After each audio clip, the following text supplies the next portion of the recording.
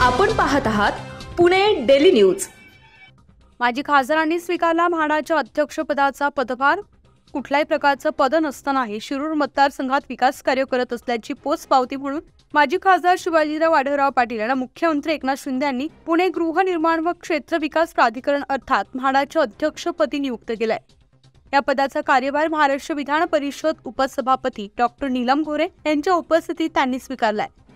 या प्रसंगी विभागीय संपर्क नेते संजय माशिलकर, शिवसेना उपनेते इरफान सय्यद, जिल्हा प्रमुख रमेश कोंडे, बाळासाहेब बालेकर, युवा सेना विस्तारक सचिन बांगर, जिल्हा संघटक अशोक भुजबळ, स्वर्गीय माजी आमदार सुरेशभाऊ गोरे, प्रतिष्ठानचे अध्यक्ष नितीन गोरे, युवा सेना जिल्हा प्रमुख प्रवीण थोरात, जिल्हा प्रमुख सुरेंद्र जेवरे, भैरवनाथ पतसंस्थेचे उपाध्यक्ष सागर काजळे, संचालक योगेश वानखेले, उपजिल्हा प्रमुख प्रकाश वाडेकर, संभाजी शिरसाट, युवा नेते विजयसिंह शिंदे, महिला शहर प्रमुख पूजा रावेतकर, कांताताई पांढरे, मान्य नगरसेवक लक्ष्मण आरडे, चाकण शहर प्रमुख महेश शेवकरी, युवा सेना शहर प्रमुख निलेश गिरमे, युवा सेना जिल्हाध्यक्ष निलेश खारे, पुणे लोकसभा निरीक्षक किशोर भोसले, अभिजित बोराडे आदींसह शिवसैनिक उपस्थित होते।